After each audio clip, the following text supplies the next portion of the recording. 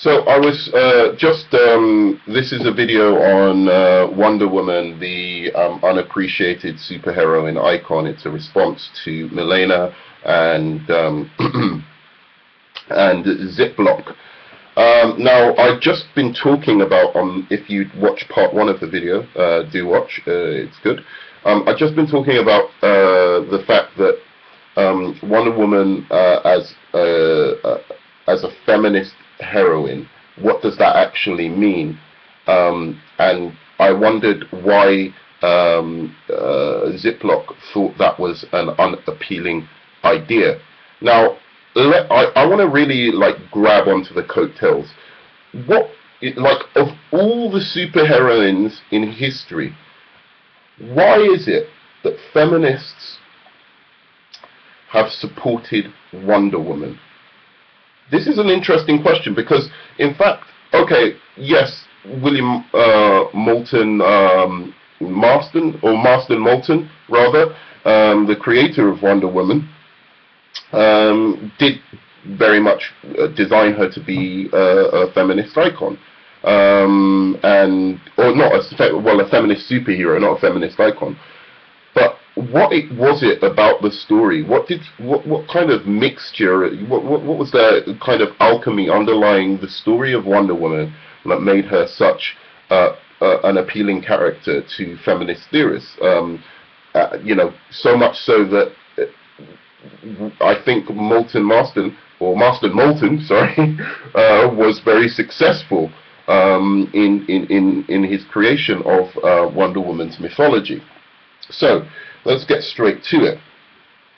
But sorry, I should just say that the reason I'm saying this, the reason I want to draw the aspects of the kind of feminist tenets underlying Wonder Woman is because I want to show that they're completely benign, and there's no harm. There's no sense in which any man should feel threatened by it. If you feel threatened by it, I do not understand. It's just completely bizarre to me that you could be threatened by these kind of ideas in the 21st century. So, straight to it. Now, one of the first most compelling things about the subversion of Wonder Woman's mythology is the underlying archetypical story structure that it follows, which is that of the hero's journey. Okay? Now, Wonder Woman, when we first meet her, is a child living on an isolated island that has been cut off from the rest of the world for thousands and thousands of years. This island is populated solely by women who have raised Wonder Woman to be both a warrior, very capable and wise, but also incredibly caring. However, these women have fallen by the wayside. Looking at their relationship with men thousands and thousands of years ago, when female oppression was at a much greater height, they have isolated themselves and had this photographic picture of what men are and what a male society is, and they have stuck with that over these years, even though they are incredibly virtuous in themselves and peaceful as a race. Now, Wonder Woman Diana, the child, is the only one of the Amazons who was born on the island and has only existed amongst women. So she doesn't have that inherent prejudice that these women who suffered at the hands of men do.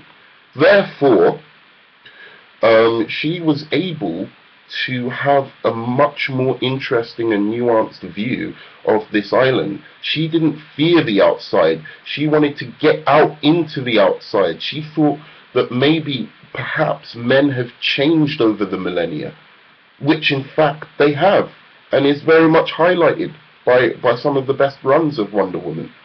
So she's somebody who finds the static nature of this peaceful utopia to be nauseating, and she wants to get out. She wants to do something, use the gifts and powers she has to better the world. And then there is the call to destiny when Steve Rogers lands on her island, and she has to partake in a tournament so as to win the ability to, so she's given the opportunity to take Steve back to the world of man and finally escape from this kind of septic world that she's been living in, and find some joy and excitement in her life, and be a hero, and bring these two worlds together, bring the world of man and woman together. Now there's that story, which is a great subversion, because obviously you have a woman as the central hero of the story. You have a man coming in who is obviously going to be a love interest and some kind of damsel in distress that the woman has to save, which is incredibly revolutionary for the 40s when it was created. And often in the comics in the 40s, Wonder Woman was in fact saving Steve Rogers. Steve Trevor, pardon me. Now there's also these kind of elements of the hero's journey, of the mentor, of usually, because the hero is a man, there's a father figure. The father figure often dies, or the mentor often dies. In Wonder Woman, what is so fantastic, and I'll use a comparison to show you how fantastic this is that all of her mentors, all of the people who have trained her and brought her up morally, who she has to then end up standing against so as to fulfill her destiny, they are all women.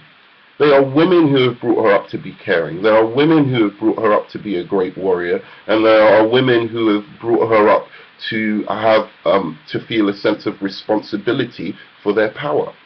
Now, if you look at other feminist heroes or icons, such as Buffy the Vampire Slayer, or you look at the woman in Silence of the Lambs, all of the father figures, all of those people who have given them the moral underpinnings, allowing them to become heroes, have all been men.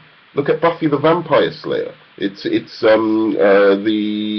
I can't remember his name now, but that character, the British character, who trains her, who makes her the hero she is. The same with Silence of the Lambs. It's the father, and then it's Hannibal Lecter, who again becomes this kind of mental figure that the heroine has to go against.